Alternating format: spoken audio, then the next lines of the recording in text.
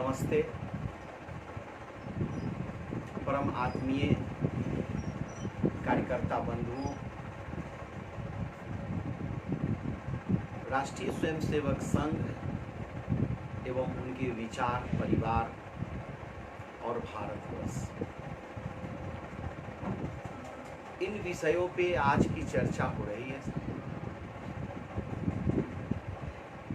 हम सब जानते हैं ये जो प्रकृति है, इस प्रकृति में जहाँ फूल होंगे वहाँ कांटे भी होंगे, जहाँ कमल खिलेगा वहाँ कीचड़ भी होगा, जहाँ परमात्मा ने सुगंध बनाया है वहीं दुर्गंध भी होता है, जहाँ पहाड़ होगी वहीं परमात्मा ने कहीं सागर भी गहरा बनाया है।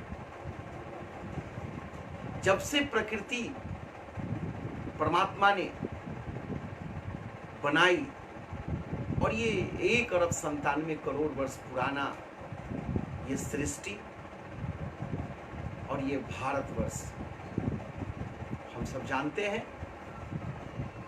कि अनादिकाल से इस धरती पर जब जब कोई राक्षस जन्म लेता है उसके संहार के लिए और प्रकृति की को नियंत्रित करने के लिए कोई न कोई देवता आते हैं।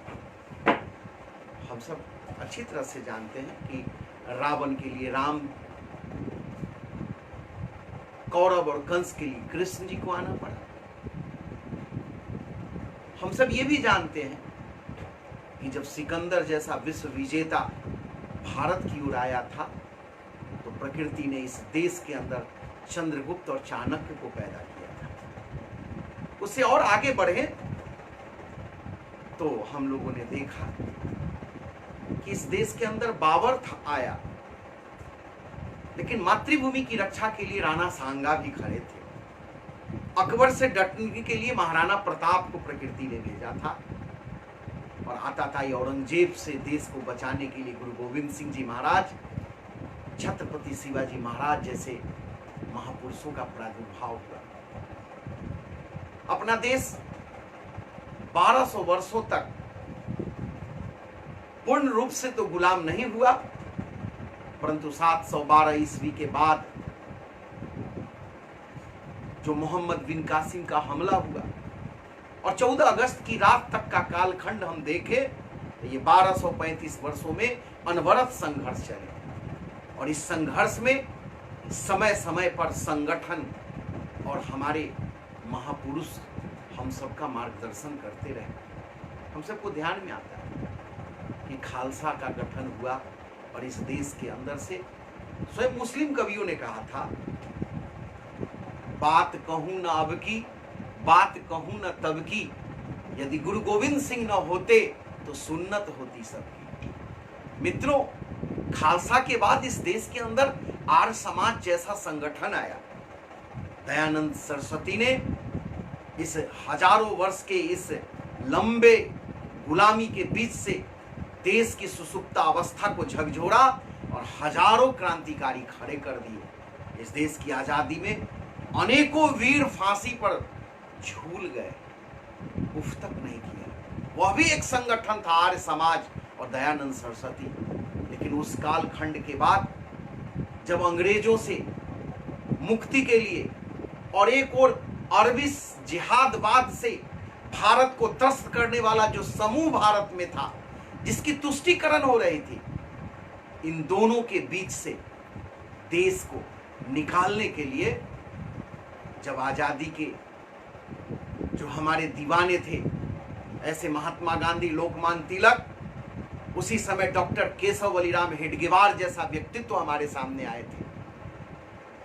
लेकिन डॉक्टर हेडगेवार जी ने एक उनकी सोच थी, वो कभी कभी सोचते थे आखिर हमारा देश गुलाम क्यों हुआ, इसके कारण क्या है।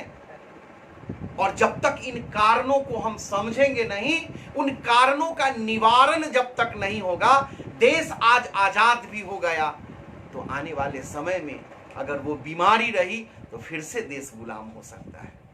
इसलिए डॉक्टर हेडगेवार जी ने कांग्रेस में रहते हुए महात्मा गांधी जी से एक प्रश्न किया था कि गांधी जी ये बताएं, हम आजादी तो लेना चाहते हैं लेकिन हम गुलाम क्यों हुए।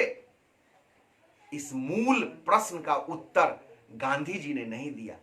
तब केशव बलिराम डॉक्टर हेडगेवार जी ने यह विचार किया, हम रहे या न रहे लेकिन हमारी ये अनादि संस्कृति, हमारी ये मातृभूमि अगर स्वतंत्र हो जाए तो फिर से गुलाम न बने। और इसीलिए ये गुलाम होने का जो बीमारी है उस बीमारी का उन्होंने पता लगाया और उन्होंने कहा था कि हम गुलाम किसी मुगलों के कारण नहीं हुए, अंग्रेजों के कारण नहीं हुए, गुलाम हुए हैं हम आपस के फूट के कारण, हम क्षेत्रवाद के कारण, भाषावाद के कारण, अपनी स्वार्थ के कारण।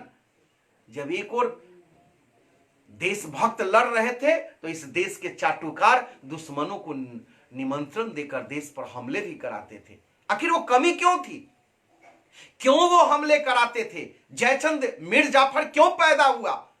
क्योंकि उनके अंदर संस्कार नहीं था, उनको देश की संस्कृति का पूरा ज्ञान नहीं था। इसीलिए डॉक्टर केशव बलिराम हेडगेवार जी ने यह सोचा, आजादी वर्ष एक वर्ष आगे पीछे हम लेंगे लेकिन गुलाम हम न हो। इसीलिए एक ऐसा देशभक्त समाज को खड़ा करना है जिसके लिए सबसे प्रिय मातृभूमि हो, जिसके लिए जीना मरना सब कुछ देश हो। ऐसा देशभक्त समाज को खड़ा करने के लिए उन्होंने उन संघ की स्थापना नागपुर के अंदर की।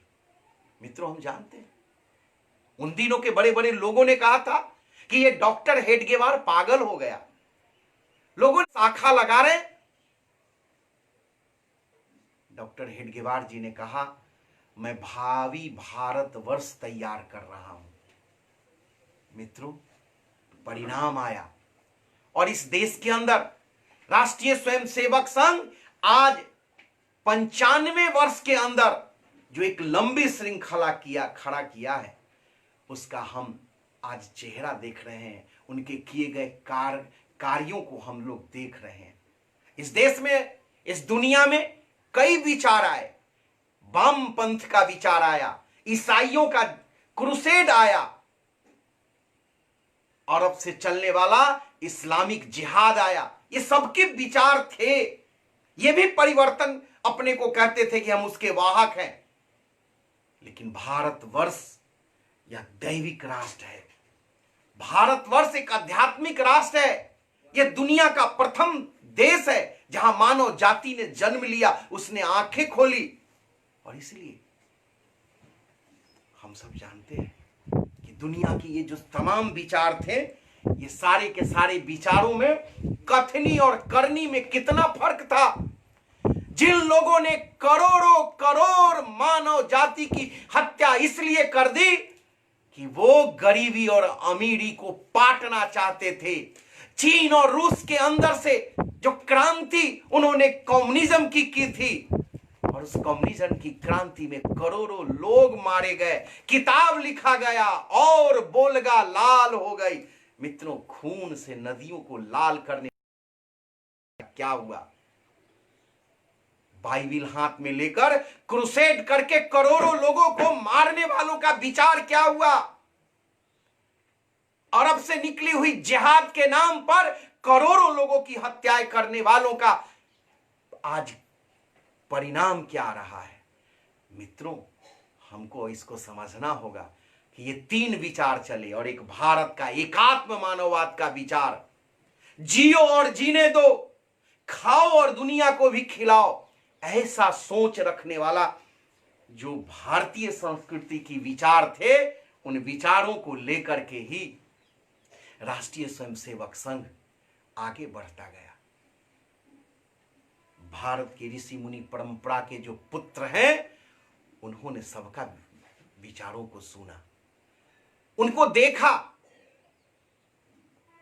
पिछले 1000 वर्षों में सबसे एक पहुंचे हुए फकीर, एक पहुंचा हुआ संत जिसको हम कबीर साहब कहते हैं, वो कहा करते थे, दुनिया कहती कागज की लेखी, मैं कहता अखियन की देखी। मित्रों, दुनिया ने भारत सहित बाकी दुनिया के विचारों का लेखन नहीं, उसकी करनी को देखा। और करनी में क्या देखा? ये साम्यवाद के नाम पर जो नेतागिरी चली, चीन, रूस, ये क्रांति विफल हो गई, फिर वो वहीं के वहीं आ गए। और इनके नेताओं का जो चाल चरित्र था वो समझने के लिए हजारों उदाहरण है। मैं एक नाम रखता हूं, वह चाउसेस्कू। गरीबों का कल्याण करने वाले साम्यवादी इस नेता के पैर में जो जूते थे उसमें करोड़ों रुपए के हीरे लगे थे। मित्रों, आप विचार करिए, एक चाउसेस्कू ही नहीं है, जिहाद के नाम पर इन्होंने अपने बच्चों को जिहाद के लिए आगे नहीं भेजा। आज सलाउद्दीन पाकिस्तान की गोद में बैठा हुआ और जिहाद के नाम पर युवाओं को प्रशिक्षण दे करके भेज रहा है, मारे जा रहे हैं वो लोग। लेकिन स्वयं का सलाउद्दीन का बेटा बेटी नौकरी कर रहा है, उनके परिवार के लोग डॉक्टर इंजीनियर बन रहे। ये है जिहादवादियों का चाल चरित्र और चेहरा, कथनी और करनी। मित्रों, ईसाई मिशनरियों ने भी जो कहा कि ये बाइबल के अंदर सारी बातें सत्य लिखी गई है, लेकिन एक दार्शनिक पैदा हुआ था, गैलीलियो। उसने कहा सत्य का अनुसंधान होना चाहिए। मैं बाइबल के संबंध में यह कहना चाहता हूं कि प्रकृति के संदर्भ में जो बाइबल का कथन है, पृथ्वी स्थिर है। मेरे मित्रों, बाइबल को मानने वाले जो उनके पोप थे, उन्होंने उसको बुलाया और कहा तू बाइबल के विरोध में क्यों बोलते हो? उसने कहा पोप साहब, मैं सत्य कह रहा हूं। भारत का वैदिक विचार कहता है कि पृथ्वी घूमती है। उन लोगों ने षड्यंत्र पूर्वक 7 कोऑर्डिनेट एक साथ बैठे थे, जिसमें से 1, 2, 3 तीनों के सामने जब गैलीलियो ने दूरबीन दिया और कहा आप देखिए ग्रह नक्षत्र की स्थितियों को इस दूरबीन से देखिए, तीनों ने कहा गैलीलियो जो कहता है वो सत्य है, बाइबल का जो आधार है वह असत्य है। पोप जॉन पॉल ने चौथे व्यक्ति का उत्तर सुनने से पहले ही वो सभा भंग कर दी और उस पर आरोप लगाया गया कि गैलीलियो के शरीर पर शैतान है और ये माया करके दूरबीन को अपनी दिशा में दिखा रहा है, इसीलिए इसको मृत्यु दंड दिया जाए।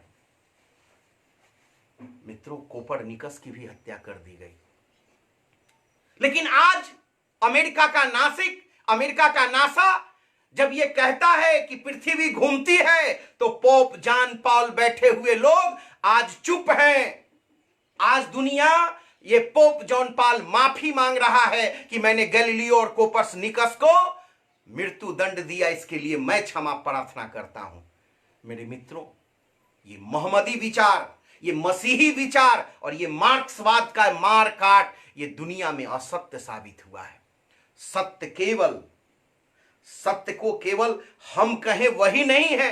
भारत ने हमेशा से कहा कि मैं भी कहता हूं, आप भी कहते हैं, इसको सत्य की कसौटी पर कसना चाहिए और मानव मात्र के लिए जो रास्ता, प्रकृति को बचाने का, मानव को बचाने का जो रास्ता है, इसको स्वीकार करना चाहिए। लेकिन दुनिया के अन्य विचारों में कहीं भी शास्त्रार्थ नहीं किया। यह शास्त्रार्थ की विधा केवल भारत के सनातन धर्म से है। हम सब कहते हैं आओ विचारें, लेकिन जहां विचार पर प्रतिबंध है, आज उनके देश की स्थितियां, चीन स्वयं अपने बच्चों को, हजारों बच्चों को थियानमेन चौक पर टैंक से रौंदता है। मेरे मित्रों, आज राष्ट्रीय स्वयंसेवक संघ के कथनी और करनी को हम पूरी दुनिया के सामने में व्यवहार के रूप में लोग रख रहे हैं। राष्ट्रीय स्वयंसेवक संघ के डॉक्टर, परम पूजनीय डॉक्टर हेडगेवार जी ने जो दूध मुहे बच्चों के साथ संघ की स्थापना की थी, उनका विचार भारत का अध्यात्म, भारत का सनातन का विचार था। आज सारी दुनिया वहीं घूम कर आई है कि जियो और जीने दो। 95 वर्ष के इस सेवा काल में, इस त्याग के काल में, जहां दुनिया के अन्य विचारों को मानने वालों को देखा, वहीं संघ के प्रचारकों का जीवन देखने को, डॉक्टर साहब के घर में जब अतिथि आते थे, एक कप चाय की स्थिति नहीं थी। पड़ोस से चाय मंगवाकर अतिथि को देने की कभी कभी स्थितियां बनती थी। लेकिन डॉक्टर हेडगेवार जी ने, माता पिता के एक संतान रहते हुए वो एमबीबीएस डॉक्टर थे, चाहते तो गृहस्थ जीवन शुरू करते, बहुत आनंद से, आर्थिक समृद्धि से जीवन जी सकते थे। लेकिन जिसका जैसा बीज होगा उसका वट वृक्ष भी वैसा ही होगा। डॉक्टर हेडगेवार जी ने भारत माता के चरणों में अपनी जीवन और जवानी अर्पित कर दी। आधे पेट रह करके भी भारतीय संस्कृति के लिए वो अपना तिल तिल कर जीवन जीते रहे। कहते हैं कि वो आग की भट्ठी थे। उनके व्यवहार के कारण से लाखों लोग देश में, चाल चरित्र और चेहरा के कारण से, जैसी कथनी वैसी करनी के कारण से ये अनवरत कारवां बनता चला गया। डॉक्टर साहब के बाद गोल्ड मेडलिस्ट विद्यार्थी बनारस हिंदू विश्वविद्यालय में माधवराव सदाशिवराव गोलवरकर जैसे तेज मेधावी विद्यार्थी, जिसको डॉक्टर हेडगेवार ने परख लिया था और उन्होंने द्वितीय सरसंघचालक के रूप में इनका चयन किया। उनका भी जीवन ऋषि तुल्य है। बाला साहब देवरस, रज्जू भैया, ये तो बड़े नाम हैं। दत्तोपंत ठेंगड़ी, भाऊराव देवरस, दीनदयाल उपाध्याय, इनके जीवन एक फटी हुई धोती, सादा रोटी खा करके, लेकिन राष्ट्र का कल्याण चाहने वाले ने कभी अपने लिए कुछ नहीं किया और आजीवन अविवाहित रह करके अपने शरीर को हवन कर दिया राष्ट्र यज्ञ में। उसका परिणाम आज दिख रहा है। ये वामपंथियों के 1925 में कानपुर में वामपंथी पैदा हुए थे और संघ का जन्म नागपुर में हुआ था। आज वामपंथी भारत से समाप्त हो रहे हैं, लेकिन संघ का जो बीज उसी समय लगा। आज भारत का जो प्रधानमंत्री है वह भी स्वयंसेवक, देश के अनेकों मुख्यमंत्री से लेकर के कई दर्जन राज्यपाल तक। और ये भी कोई बहुत बड़ी बात नहीं है मित्रों। सबसे बड़ी बात है कि देश के अंदर करोड़ों लोग डॉक्टर हेडगेवार के उस विचारधाराओं को लेकर जीवित हैं। मित्रों, उसका परिणाम आ जा रहा है।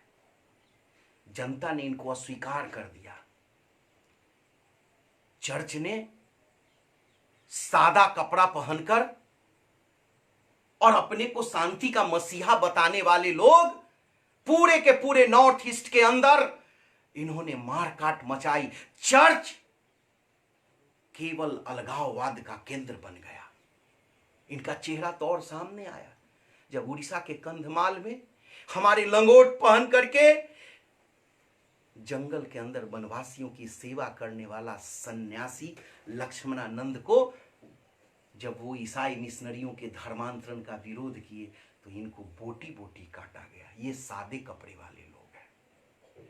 मेरे मित्रों, भारत ने कभी भी किसी का गला नहीं काटा। सनातन ने कभी किसी की आवाज पर पाबंदी नहीं लगाई। मेरे मित्रों, इसीलिए दुनिया का मार्क ट्वेन हो या अनेकों लोग हो, कहते हैं भारत का विचार मानवता की गोदी है। मेरे मित्रों, इसलिए आज को ये गौरव होता है कि हम उस विचारधारा के वाहक हैं जो जियो और जीने दो के साथ ही विश्व एक परिवार है, सबको जीने का अधिकार है। लेकिन वो कैसा विचार था जो कहता था कि मेरी सुनो, मेरी मानो, नहीं तो तुझे जीने का अधिकार नहीं है। ये क्रूसेड जिहाद करने वालों के तलवार और करोड़ों करोड़ मनुष्य के खून से रक्त रंजित हो गए, लेकिन अब इनका समापन हो रहा है। आज बड़ी संख्या में हमारे मुसलमान भाई भी चर्चा कर रहे हैं कि आखिर मुसलमान बनकर मुसलमान का ही गला क्यों काटा जा रहा है। ईरान इराक क्यों लड़ रहा है, सीरिया क्यों लड़ रहा है, शिया सुन्नी को क्यों मार रहा है, सुन्नी में बरेलवी देवबंदी से क्यों लड़ रहा है? मेरे मित्रों, ये टुकड़ों टुकड़ों में विचार करने वाले, संसार को टुकड़ों में बांटने वालों ने रक्त रंजित कर दिया इस धरती को। लेकिन समग्रता, एकात्मता, दुनिया एक परिवार है, हमको सबों से प्यार है, ऐसा विचार विश्व बंधुत्व का लेकर जिस सनातन संस्कृति का संगठन राष्ट्रीय स्वयंसेवक संघ बढ़ा था, आज संपूर्ण भारत के अंदर परिवर्तन हो रहा है। 65 साल तक आजादी के बाद कुछ विचार के लोग भारत के प्रधानमंत्री से लेकर मुख्यमंत्री बनते रहे। परिणाम क्या था? वंशवाद, जातिवाद, परिवारवाद, भ्रष्टाचार, अलगाववाद। तुम मुझे वोट दो, इसके लिए तुम चर्च में हथियार भरो।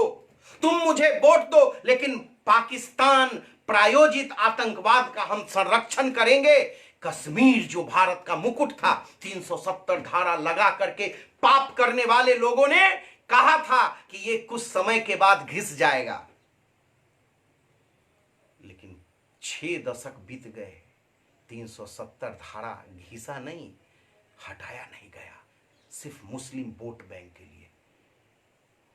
ये हिंदू नहीं कहता, दुनिया कहती है गाय माता विश्व की है, उसके पेट की जो अंतड़ी है वो 700 फीट से लंबी है, और उसके मुंह में अगर कुछ हम डालते हैं तो उसके शरीर से निकलने वाली जो दूध है इतनी प्रक्रियाओं से गुजरती है कि वो धरती का अमृत है, उसका गोबर पृथ्वी के लिए अमृत है। ये ऋषि मुनियों ने पहचाना था। गाओ विश्वस मात्रा कहा। आज दुनिया कह रही है, इस कोरोना के काल में लोग कह रहे हैं कि मांसाहार एक कारण बना है।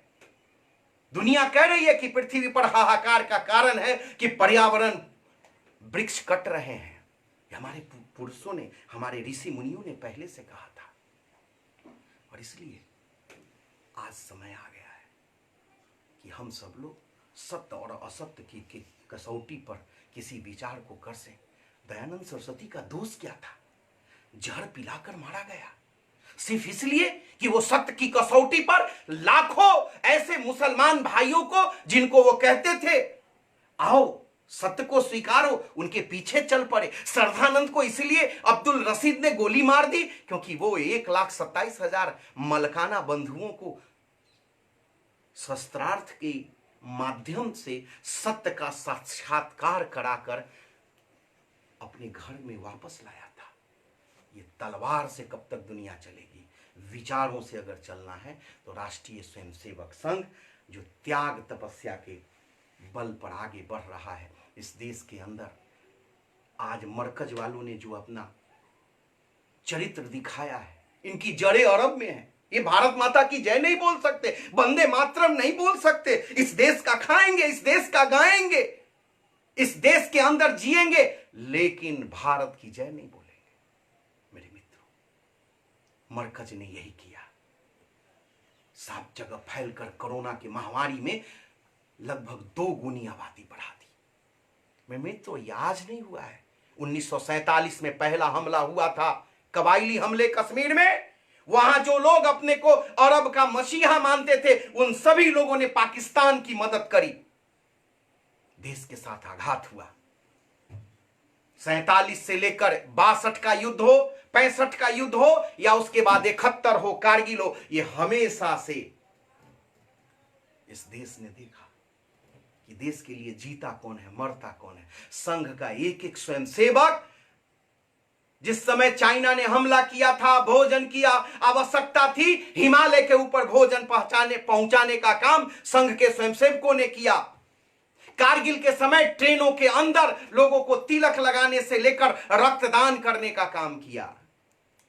मेरे मित्रों, दिल्ली के अंदर युद्ध के समय ट्रैफिक की व्यवस्था को संभालने से लेकर के और बैंड बाजा लेकर के माताएं रक्षा बंधन तक बांधती थी कि फौजी भाई तुम आगे बढ़ो, हम सब तेरे लिए पीछे पीछे चल रहे हैं। मित्रों, केवल युद्ध के घड़ी में नहीं, भूज का भूकंप हो, लातूर का भूकंप हो, पटना के अंदर पूरी ट्रेन जल गई थी, लाश उठाने वाले नहीं थे। ये हाफ पैंटधारी स्वयंसेवकों ने हमेशा भारत की छाती पर जब जब दर्द हुआ है, भारत माता के इस दर्द को समाप्त करने के लिए स्वयंसेवक कूद पड़े। आज जब कोरोना आया है, ये चीन प्रायोजित कोरोना पूरे विश्व के अंदर महामारी बना है, तब भी राष्ट्रीय स्वयंसेवक संघ का लाखों कार्यकर्ता, सेवा भारती, बनवासी कल्याण आश्रम, एकल, विश्व हिंदू परिषद, हिंदू जागरण, विद्या भारती, मित्रों अगर नाम लिया जाए तो पूरा समय निकल जाएगा। हजारों नाम से चलने वाले संगठन और उप संगठन सब एक ही मंत्र गा रहे हैं, तेरा वैभव अमर रहे मां, हम दिन चार रहे न रहे।